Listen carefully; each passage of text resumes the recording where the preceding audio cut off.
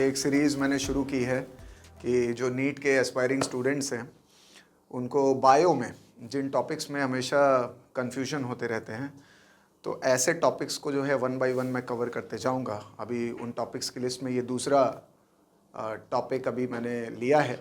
तो अक्सर बच्चों को ये डाउट हो जाता है स्पर्मेटोजेनेसिस और oogenesis में, और ख़ासकर इनके कंपैरिजन में, डिफरेंस में, जहाँ से क्वेश्चन आते हैं नीट में। तो उसको आज कवर करेंगे यहाँ पे इस वीडियो में। यहाँ पे एक बात बता दूँ, I am not going to cover all the details of spermatogenesis. मैं उतना ही कवर करने जा रहा हूँ जितना नीट पॉइंट ऑफ व्यू से इम्पॉर्टेंट है, यानी एनसीईआरटी के अकॉर्डिंग। तो डिटेल्स तो बहुत सारी हैं, लेकिन वो सारी डिटेल्स यहाँ कवर नहीं हो रही। It is strictly as per NEET syllabus, strictly as per NCERT. Okay, so spermatogenesis तो जैसा कि पता है हमें, स्पर्मेटोजेनेसिस जो है वो सेमिनिफेरस टिब्यूल के अंदर होती है। And where is this seminiferous tubule? हाँ, तो टेस्टिस में है ना। टेस्टिस जो कि मेल का प्राइमरी रिप्रोडक्टिव ऑर्गन है, जहाँ पे स्पर्म का फॉर्मेशन हो रहा है, स्पर्मेटोजेनेसिस हो रही है। तो उसमें जो सेमिनिफेरस टिब्यूल नाम का स्ट्रक्चर है, सेमिनिफेरस टिब्यूल में स्पर्म का फॉर्मेशन हो रहा है। सेमिनिफेरस टिब्यूल में जो स्पर्म का फॉर्मेशन हो रहा है, वहाँ पे कुछ जर्म सेल्स हैं जिनसे कि स्पर्म का फॉर्मेशन हो रहा है। तो वो जर्म सेल अपने इमेच्योर फॉर्म में पाए जाते हैं। हाँ, तो वो वहाँ पे बताया जाता है कि देखो, अगर ये सेमिनिफेरस टिब्यूल है तो इसमें जो है इमेच्योर फॉर्म में जर्म सेल्स पाए जा रहे हैं, जिनको नाम दिया जाता है spermatogonia. Spermatogonia is the plural term and spermatogonium singular, एक। तो स्पर्मेटोगोनिया ही है जो स्पर्म बनाने वाली है, स्पर्म का फॉर्मेशन करेगी। तो going to be the sperm, the cell which is going to be the sperm is the spermatogonia. तो स्पर्मेटोगोनिया को we can call that, we can say it कि it is immature germ cell. हाँ, germ cell क्या होते हैं? तो germ cell वो हैं जो सेल गैमेट्स बनाते हैं, उन्हें जर्म सेल कहा जाता है। और जो सेल गैमेट नहीं बनाते उन्हें क्या कहते हैं? Somatic cell. तो ये जर्म सेल हैं जो कि इमेच्योर फॉर्म में पाए जा रहे हैं सेमिनिफेरस टिब्यूल के अंदर। अब इन्हीं में जो है कुछ डिविजन्स होंगे, कुछ माइटोसिस होगी और फिर मियोसिस होगी। The most important thing is meiosis, और उससे फिर स्पर्म बनेगा। तो ये बताया जा रहा है कि ये स्पर्म का फॉर्मेशन ये स्टार्ट कब हो रहा है? तो बोला जा रहा है ये स्पर्म का फॉर्मेशन प्यूबर्टी के टाइम पे स्टार्ट हो रहा है। एनसीईआरटी में इस चीज़ पे फोकस किया जा रहा है दो बार कि spermatogenesis starts at the time of puberty. Puberty के टाइम पे स्टार्ट हो रहा है, ठीक है, स्पर्मेटोजेनेसिस। तो प्यूबर्टी के टाइम पे बोल रहे हैं ऐसा क्या हो रहा है कि स्पर्मेटोजेनेसिस उससे पहले नहीं चली? स्पर्मेटोजेनेसिस प्यूबर्टी के टाइम पे क्यों शुरू हुई? एक ये क्वेश्चन बनता है यहाँ से। तो इसके लिए एनसीईआरटी की एक प्रॉपर एक लाइन दी जा रही है। तो उसमें बताया जा रहा है कि देखो, स्पर्मेटोजेनेसिस इनिशिएट्स और it begins at the puberty because there is significant increase in the secretion of gonadotrophin releasing hormone. तो क्या बताया गया है? Gonadotrophin releasing hormone, GnRH. तो जीएनआरएच ये है हार्मोन जो कि हाइपोथैलेमस से निकलता है। तो इसका सिक्रीशन जो है वो प्यूबर्टी के टाइम पे बढ़ जा रहा है। प्यूबर्टी के टाइम पे इसका सिक्रीशन सिग्निफिकेंटली इंक्रीज हो रहा है। सिग्निफिकेंटली मतलब ज़्यादा बढ़ रहा है, और उसी की वजह से जो है प्यूबर्टी के टाइम पे स्पर्मेटोजेनेसिस शुरू हो रही है, यानी हार्मोन है रिस्पॉन्सिबल। तो अगर हार्मोन रिस्पॉन्सिबल है तो हम लोग क्या करें, पहले हार्मोनल जो कंट्रोल चल रहा है, जो हार्मोनल रेगुलेशन चल रहा है स्पर्मेटोजेनेसिस, उसको समझ लेते हैं। हाँ, what is the regulation of hormones on spermatogenesis? हाँ, तो हार्मोनल रेगुलेशन को समझते हैं पहले, और उसके बाद स्पर्मेटोजेनेसिस के डिवीजन वन बाय वन देखेंगे, समझेंगे। तो देखो क्या होता है कि हाइपोथैलेमस है। हाँ, तो हाइपोथैलेमस से ऐसा एंडोक्राइन सिस्टम में पढ़ाया जा रहा है कि हाइपोथैलेमस से कई सारे हार्मोन्स निकलते हैं, जिनको कैटेगराइज किया गया है दो टाइप में। एक तो रिलीजिंग हार्मोन और दूसरे इनहिबिटिंग हार्मोन। रिलीजिंग हार्मोन क्या करते हैं और इनहिबिटिंग हार्मोन क्या करते हैं? पहले तो ये दोनों कहाँ जाके एक्शन दिखाते हैं? दोनों के दोनों जो है वो एंटीरियर पिट्यूटरी पे एक्शन दिखा रहे हैं, जाके पिट्यूटरी ग्लैंड पे एक्शन दिखा रहे हैं। तो उसमें जो एंटीरियर पार्ट है वहाँ पे एक्शन दिखा रहे हैं, और वहाँ से फिर कुछ हार्मोन या तो कोई रिलीज कराता है या तो इनहिबिटिंग वाले इनहिबिट कराते हैं। तो ये जो हम लोग यहाँ पढ़ने जा रहे हैं स्पर्मेटोजेनेसिस का हार्मोनल रेगुलेशन, तो उसमें जीएनआरएच यानी गोनाडोट्रोफिन रिलीजिंग हार्मोन की बात की जा रही है। तो हम लोग सीधे उस पर आते हैं, सारे हार्मोन अभी हमें यहाँ नहीं देखने हैं। तो हाइपोथैलेमस से हार्मोन निकल के आ रहा है गोनाडोट्रोफिन रिलीजिंग हार्मोन, GnRH। तो इसका नाम क्या है? Gonadotrophin releasing hormone. मतलब ये क्या रिलीज कराता है? एंटीरियर पिट्यूटरी पे एक्शन दिखा के गोनाडोट्रोफिन रिलीज कराता है। तो ये जो गोनाडोट्रोफिन रिलीजिंग हार्मोन निकला, ये गोनाडोट्रोफिन रिलीजिंग हार्मोन जाके एक्शन दिखाएगा, acts on anterior pituitary. Anterior pituitary, तो पिट्यूटरी के जैसे दो लोब होते हैं, हाँ, एंटीरियर और पोस्टीरियर। एडिनो हाइपोफाइसिस और न्यूरो हाइपोफाइसिस बताया जाता है, ये एंडोक्राइन सिस्टम में पढ़ाया जाएगा। तो GnRH जो है वो जाके एंटीरियर पिट्यूटरी पे, यानी पिट्यूटरी ग्लैंड के एंटीरियर पार्ट पे जाके एक्शन दिखाता है। अब यहाँ एक क्वेश्चन बन सकता है कि भाई GnRH तो ब्लड में आया ना, क्योंकि hormones are secreted directly into the blood. तो जब ब्लड में आया तो सिर्फ पिट्यूटरी ग्लैंड पे ही क्यों एक्शन दिखा रहा है? क्यों एंटीरियर पिट्यूटरी पे ही दिखा रहा है, पोस्टीरियर पे क्यों नहीं दिखाया, या कहीं और जाके एक्शन क्यों नहीं दिखाया? तो उसके लिए याद करो, एंडोक्राइन सिस्टम में एक टॉपिक पढ़ाया जाता है कि hormones acts on their receptor. तो जिस हार्मोन का रिसेप्टर जहां होता है वहीं पे वो एक्शन दिखाते हैं। तो यस, एक क्वेश्चन यहां से बन सकता है कि why GnRH acts on anterior pituitary only, why not other site? तो इसका क्या आंसर बताएंगे हम कि GnRH के रिसेप्टर कहाँ पाए जाते हैं? एंटीरियर पिट्यूटरी पे पाए जाते हैं, और इसीलिए ये एंटीरियर पिट्यूटरी पे जाके एक्शन दिखाएगा। ठीक है, तो अब एंटीरियर पिट्यूटरी पे एक्शन दिखाएगा गोनाडोट्रोफिन रिलीजिंग हार्मोन, तो वहां से निकलेंगे गोनाडोट्रोफिन्स। गोनाडोट्रोफिन्स, हाँ, गोनाडोट्रोफिन। एंटीरियर पिट्यूटरी से GnRH ने निकलवाए गोनाडोट्रोफिन नाम के हार्मोन्स। ठीक है, अब GnRH क्या फुल फॉर्म था? Gonadotrophin releasing hormone. ठीक है ना, तो ऐसा हार्मोन जो क्या रिलीज कराएगा? गोनाडोट्रोफिन। कहां से? एंटीरियर पिट्यूटरी से। इसी बेसिस पे उसका नाम दिया गया है। तो गोनाडोट्रोफिन रिलीजिंग हार्मोन रिलीज करवाता है gonadotrophins from the anterior pituitary. अब ये जो गोनाडोट्रोफिन्स हैं, ये हम लोग पढ़ते हैं दो तरह के हैं। गोनाडोट्रोफिन्स ये दो तरह के हैं। तो एक को बोल रहे हैं हम लोग फॉलिकल स्टिमुलेटिंग हार्मोन, और दूसरे को बोल रहे हैं ल्यूटिनाइजिंग हार्मोन। ठीक है, फॉलिकल स्टिमुलेटिंग हार्मोन और ल्यूटिनाइजिंग हार्मोन, शॉर्ट फॉर्म में FSH और LH। हम लोग स्पर्मेटोजेनेसिस का हार्मोनल रेगुलेशन पढ़ रहे हैं, तो हम लोग यहाँ LH को एक और नाम दे सकते हैं, इंटरस्टिशियल सेल स्टिमुलेटिंग हार्मोन। ये नाम क्यों देते हैं अभी मैं बताता हूँ। तो दो हार्मोन हैं गोनाडोट्रोफिन्स, दो हैं, एक है फॉलिकल स्टिमुलेटिंग हार्मोन, दूसरा है ल्यूटिनाइजिंग हार्मोन LH, जिसको हम लोग ICSH भी कहते हैं, इंटरस्टिशियल सेल स्टिमुलेटिंग हार्मोन। तो अब ये हार्मोन है, एंटीरियर पिट्यूटरी से निकले, ब्लड में आए हैं, तो अब इनके भी कहीं रिसेप्टर हैं, तो वहां पे जाके एक्शन दिखाएंगे। इनके रिसेप्टर है कहाँ? गोनाड में, यानी टेस्टिस में। ठीक है, तो टेस्टिस में इनके रिसेप्टर हैं, तो अब ये जाएंगे टेस्टिस पे जाके एक्शन दिखाएंगे, इसीलिए इनका नाम है गोनाडोट्रोफिन, क्योंकि गोनाड पे जाके एक्शन दिखाने जा रहे हैं, यानी टेस्टिस पे जाके एक्शन दिखा रहे हैं। ठीक है, तो FSH जो है वो जाएगा, एक्ट करेगा, इसके रिसेप्टर जहाँ होंगे, इसके रिसेप्टर होते हैं सर्टोली सेल्स पे। हाँ, अभी जो मैंने वो स्टार्टिंग में डिस्कस किया कि सेमिनिफेरस ट्यूब्यूल के अंदर स्पर्मेटोगोनिया पाई जा रही है जो कि स्पर्म बनाती है, लेकिन साथ ही साथ एक और टाइप के सेल पाए जा रहे हैं जिन्हें कहते हैं सर्टोली सेल। और ये सर्टोली सेल क्या कर रहे हैं? इनको नर्स सेल्स भी कहते हैं। ये लोग डेवलपिंग जर्म सेल्स को, स्पर्म्स को न्यूट्रिशन प्रोवाइड करते हैं। ठीक है, न्यूट्रिशन देने का काम करते हैं, नरिशमेंट देने का काम करते हैं। That's why Sertoli cells also called nurse cells. हाँ, ये वजह है। और ये पाए कहाँ जा रहे हैं? वहीं स्पर्मेटोगोनिया, जहाँ अभी हमने देखा सेमिनिफेरस ट्यूब्यूल के अंदर, इनसाइड। तो इनसाइड ये भी पाए जाते हैं सर्टोली सेल, और उन्हीं पे जाके एक्शन दिखाता है FSH। ठीक है, सर्टोली सेल्स पे एक्शन दिखाता है FSH। और ये जो LH है या ICSH जिसे हम लोग कह रहे हैं, हाँ, तो इसके रिसेप्टर पाए जा रहे हैं लेडीक सेल्स पे। कहाँ पे? Leydig cells, which are also called interstitial cells. ठीक है, तो उस पे इसके रिसेप्टर है, इसलिए ये वहां पे एक्शन दिखा रहा है। तो LH या ICSH जाके एक्शन दिखाता है कहाँ? Acts on Leydig cells. ठीक है, लेडीक सेल्स का एक और नाम है इंटरस्टिशियल सेल। इंटरस्टिशियल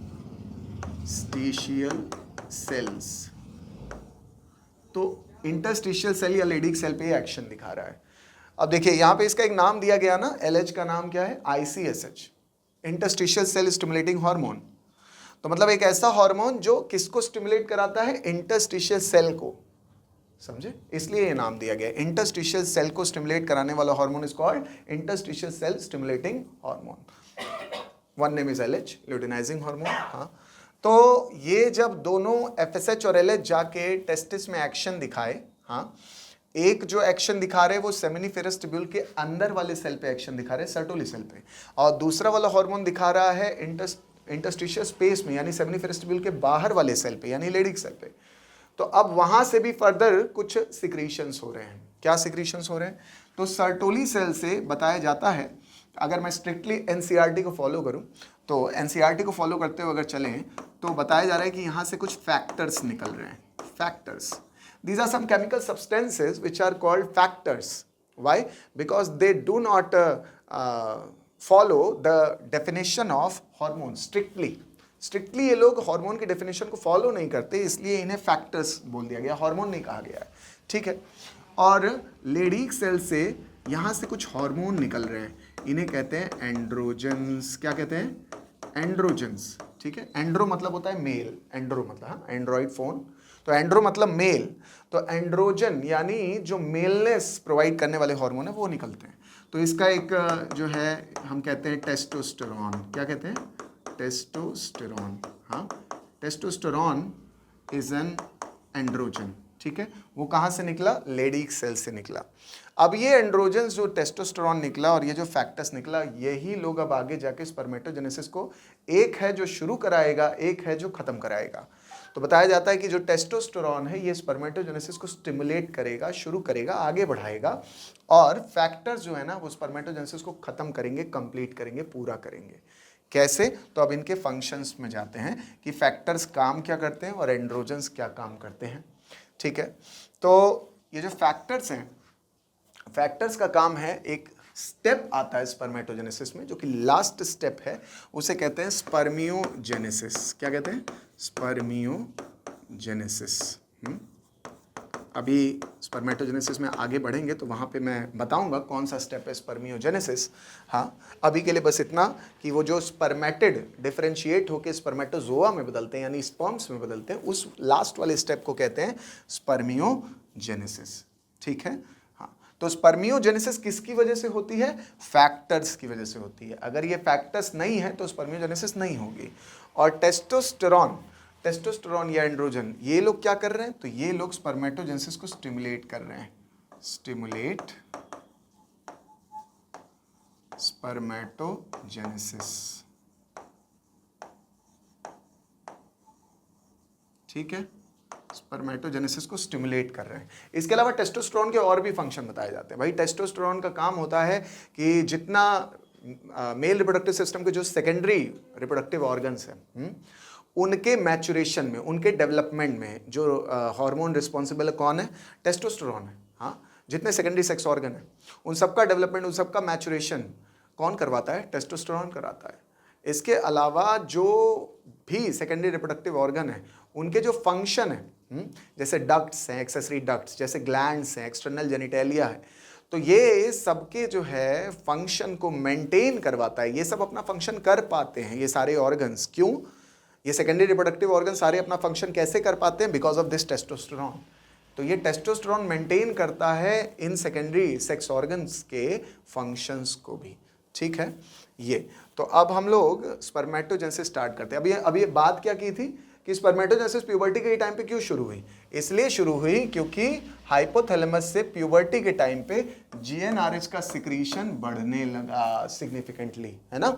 तो जब ये बढ़ता है तो ये ज़्यादा एंटीरियर पिट्यूटरी पे एक्शन दिखा रहा है, तो गोनाडोट्रोफिन जो बढ़ रहे हैं, गोनाडोट्रोफिन जो निकल रहे थे, ये भी बढ़ने लगते हैं। तो FSH और LH भी बढ़ने लगते हैं, और ये बढ़े तो फैक्टर्स एंड एंड्रोजन्स यानी टेस्टोस्टेरोन सबका सिक्रीशन बढ़ने लगता है। और अब ये बढ़ी हुई अमाउंट जो हार्मोन्स की होती है, ये क्या करती है? स्पर्मेटोजेनेसिस को स्टिमुलेट कराती है, स्पेशली टेस्टोस्टेरोन।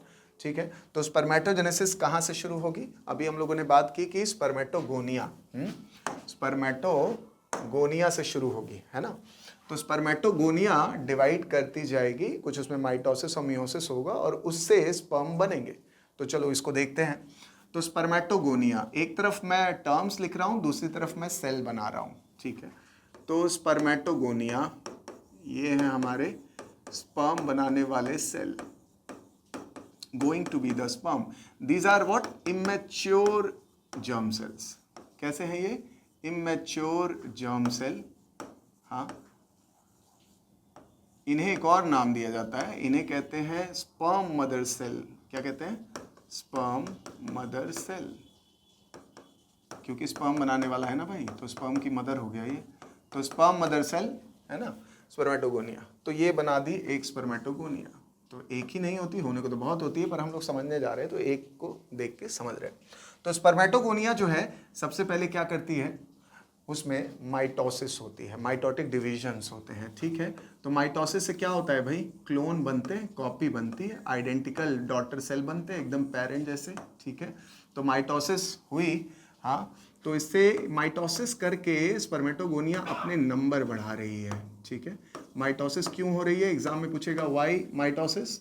हाँ, तो माइटोसिस इसलिए हो रही है ताकि स्पर्मेटोगोनिया के नंबर बढ़ जाएं, टू इंक्रीज द नंबर्स, ठीक है।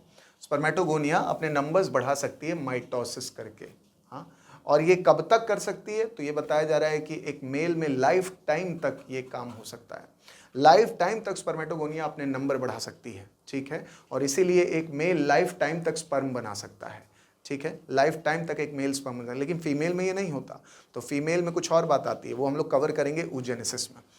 तो माइटोसिस हो रही है, ठीक है, तो नंबर बढ़ रहा है, ये नंबर बढ़ गए, एक से मैंने 4 बना के दिखा दिए। तो ये भी सब क्या है? ये सब स्पर्मेटोगोनिया है, ठीक है, क्लोन बने ना, तो ये स्पर्मेटोगोनिया है। 4 हो गई हैं, 1 से 4 हो गई हैं, ठीक है।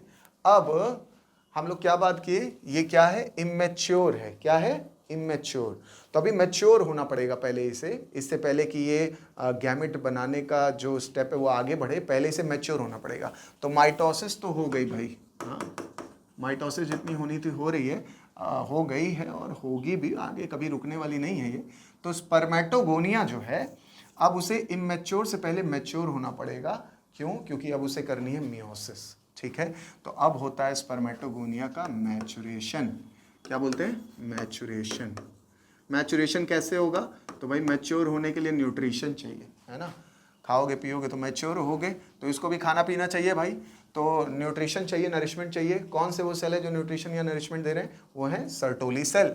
तो सर्टोली सेल इनको न्यूट्रिशन देंगे और ये मैच्योर होंगे। इनके मैच्योर होने को हम लोग डिफरेंशिएशन भी कह सकते हैं। क्या कह सकते हैं? या कहते ही हैं।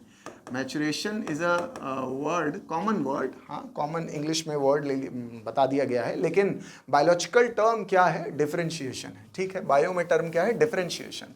तो maturation also known as differentiation, हाँ, ये होता है। तो स्पर्मेटोगोनिया मैच्योर होगी, ठीक है। मैं इसको थोड़ा एरो और आगे बढ़ाता हूँ, ये यहाँ पे मैच्योर हो रही है स्पर्मेटोगोनिया, ठीक है। तो हमारी एनसीईआरटी में क्या बोला जा रहा है? सम ऑफ द स्पर्मेटोगोनिया मैच्योर और डिफरेंशिएट्स, ठीक है। तो जैसे मैंने ये 4 बनाई है एक एग्जाम्पल के तौर पे, तो 4 में से मैं एक को डिफरेंशिएट कर रहा हूँ, एक को मैच्योर कर रहा हूँ, क्योंकि एनसीईआरटी की लाइन है, ध्यान रखना है, नीट के लिए एनसीईआरटी की लाइन वेरी इंपॉर्टेंट। तो some of the spermatogonia mature into primary spermatocyte. तो अब ये जब मैच्योर होगी तो यहाँ जो सेल बनेगा वो क्या बनेगा? हाँ, तो एक मिनट,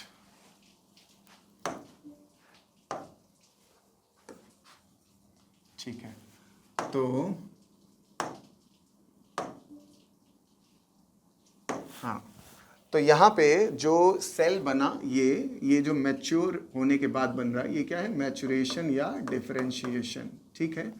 तो वही चीज़ मैं यहाँ वर्ड्स में लिख रहा हूँ, वो यहाँ डायग्राम में दिखा रहा हूँ। तो ये जो बना मैच्योर होके, स्पर्मेटोगोनिया मैच्योर होके क्या बनाती है? Primary spermatocyte. प्राइमरी स्पर्मेटोसाइट, ठीक है। साइज में बड़ी हो सकती है, ये रही प्राइमरी स्पर्मेटोसाइट, ठीक है। प्राइमरी स्पर्मेटोसाइट क्या है? मैच्योर होके बनी है। स्पर्मेटोगोनिया मैच्योर हुई तो प्राइमरी स्पर्मेटोसाइट बनी है। कुछ और नहीं हुआ है यहाँ, मियोसिस नहीं हुई है, ठीक है, बस डिफरेंशिएशन हुआ है, मैचुरेशन हुआ है। वो मैच्योर हो गई है, उसके अंदर है भाई अब एक कैपेसिटी आ चुकी है कि अब वो मियोसिस में एंटर कर सकती है। यही है मैचुरेशन या डिफरेंशिएशन, ठीक है। तो एंटर कर सकती है मियोसिस में, ये हुआ है यहाँ पे। तो यहाँ पे अब इसके आगे बढ़ते हैं। तो जब ये डिफरेंशिएशन हो गया या मैचुरेशन हो गया, तो अब इसके बाद ये मियोसिस में एंटर करेगा। अच्छा, उसके पहले एक चीज़ यहाँ पे आती है कि क्रोमोसोम का नंबर। अब सोचो यहाँ पे अगर मियोसिस हुई नहीं अभी तक तो क्या क्रोमोसोम का नंबर चेंज होगा? नहीं। तो जर्म सेल होते हैं डिप्लॉइड। कैसे होते हैं? डिप्लॉइड। भाई स्पर्मेटोगोनिया होता है डिप्लॉइड, ठीक है, स्पर्मेटोगोनिया इज डिप्लॉइड। तो ये जो प्राइमरी स्पर्मेटोसाइट बना ये भी क्या होगा? डिप्लॉइड, ठीक है, ये भी डिप्लॉइड ही है, ठीक है, बात समझ में आ रही है? यानी 2n = 46। तो हमारे सेल्स में, डिप्लॉइड सेल्स में 46 क्रोमोसोम्स है, तो 46 क्रोमोसोम्स रहेंगे इसमें। अब ये प्राइमरी स्पर्मेटोसाइट मियोसिस 1 में एंटर करेगा। मियोसिस 1, तो मैंने बोला मियोसिस 1 क्यों? क्योंकि सेल डिवीजन में पढ़ाया जा रहा है कि देखो मियोसिस जो है वो 2 फेज में कंप्लीट होती है, एक तो मियोसिस 1 और फिर मियोसिस 2। हाँ, तो पहले मियोसिस 1 कराते हैं। तो जब मियोसिस 1 होती है तो मियोसिस 1 को ना एक और नाम दिया जाता है रिडक्शनल डिवीजन। क्या कहते हैं? रिडक्शनल डिवीजन होता है मियोसिस 1, रिडक्शनल डिवीजन। तो रिडक्शनल डिवीजन है। हाँ, क्यों कहते हैं मियोसिस 1 को रिडक्शनल डिवीजन?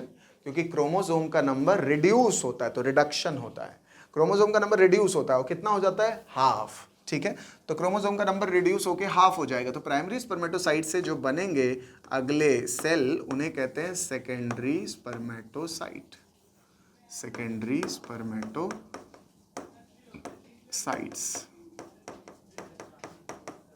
यहाँ मैं लिख दे रहा हूँ सेकेंडरी स्पर्मेटोसाइट, ठीक है। तो 2 सेकेंडरी स्पर्मेटोसाइट बन गई, तो यहाँ बना लेते हैं 2 सेल। तो एक प्राइमरी स्पर्मेटोसाइट से क्या बन गए? 2 सेकेंडरी स्पर्मेटोसाइट, ठीक है। अब ये चूंकि रिडक्शनल डिवीजन है तो क्रोमोसोम का नंबर रिड्यूस होता है, क्रोमोसोम का नंबर हाफ हो जाता है, तो ये हो जाते हैं हैप्लॉइड। क्या हो जाते हैं? हैप्लॉइड। यानी कितने क्रोमोसोम आ जाएंगे? अब इनमें 23 क्रोमोसोम देखने को मिलेंगे, 23 क्रोमोसोम, ठीक है। तो एग्जाम में, नीट में ये क्वेश्चन आ सकता है कि भाई ये बताओ कि जब स्पर्मेटोजेनेसिस हुई तो वो कौन से सेल हैं जो सबसे पहले बने हैं? हैप्लॉइड वाले। हैप्लॉइड वाले सेल सबसे पहले कौन से बने हैं? Secondary spermatocyte. इससे पहले कोई हैप्लॉइड नहीं है, ठीक है। यहाँ पे एक चीज़ और आती है कि ये जो दोनों सेकेंडरी स्पर्मेटोसाइट बने, हाँ, ये दोनों साइज में इक्वल हैं या अनइक्वल हैं? तो यहाँ पे ये ध्यान देने वाली बात है, एग्जाम में पूछ सकता है। देखो भाई, क्रोमोसोम का नंबर यहाँ रिड्यूस हुआ है, लेकिन ये जो दोनों डॉटर सेल बनी है ना, ये दोनों डॉटर सेल साइज में इक्वल है।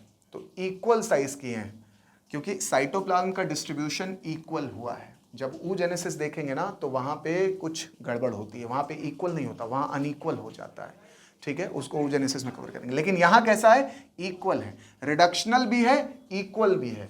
कैसे? ये कैसे हो सकता है? रिडक्शनल डिवीजन क्यों कह रहे हैं? क्योंकि जब मियोसिस पूरी होने के पहले जो पेरेंट सेल था, पेरेंट सेल डिप्लॉइड था, डॉटर सेल कैसा था? हैप्लॉइड हो गया।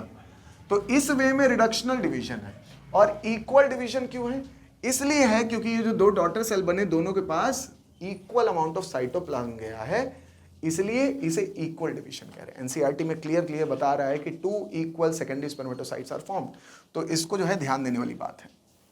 चलो, मियोसिस 1 हो गई। अब मियोसिस 1 के बाद क्या होना चाहिए भाई? मियोसिस 2, ठीक है।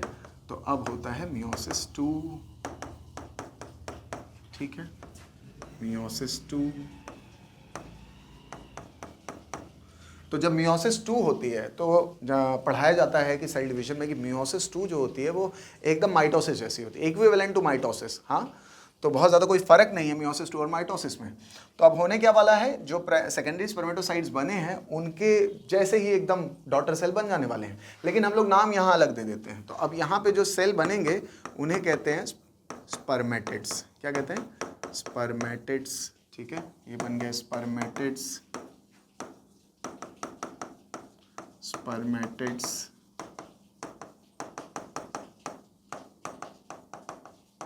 ठीक है।